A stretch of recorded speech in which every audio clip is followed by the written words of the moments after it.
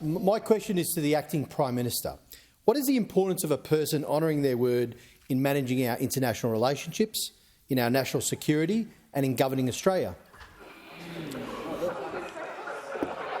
Order. Give the call to the Acting Prime Minister. I thank the member for his question. On Tuesday, the Leader of the Opposition said on indulgence, "I want to offer very strong words of support to the Prime Minister. We wish the PM every success in the trip because it is important for our country's future." And as our Prime Minister embarked on an important series of engagements in the Indo-Pacific, the sentiment was welcome.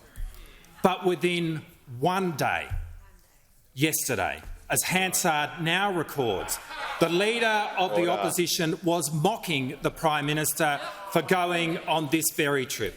And, Mr Speaker, this is the starkest insight into the attitude which in government saw those opposite completely trash our international relationships, leaving Australia's global standing in the worst position that it has ever been. It saw the stopping of trade and the loss of thousands of Australian jobs, which this government has had to rebuild.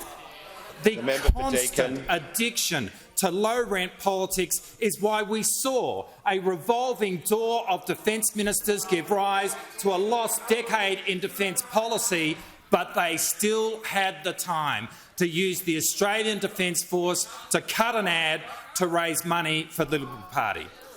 But what yesterday revealed the most was the character of the Leader of the Opposition. Yes, there was the trademark anger, the want to wreck. But what we now know is that the value of the Leader of the Opposition's word lasts for precisely 24 hours. What he says today is literally meaningless tomorrow. And when the Leader of the Opposition says that there is an issue above politics, what the Australian people now know is that he is only ever about the politics.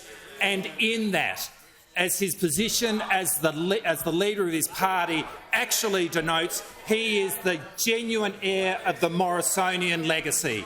Australians cannot trust this man to act in their interest, but they can rely completely on the fact that no matter what the stakes, he will always act in his own personal interest.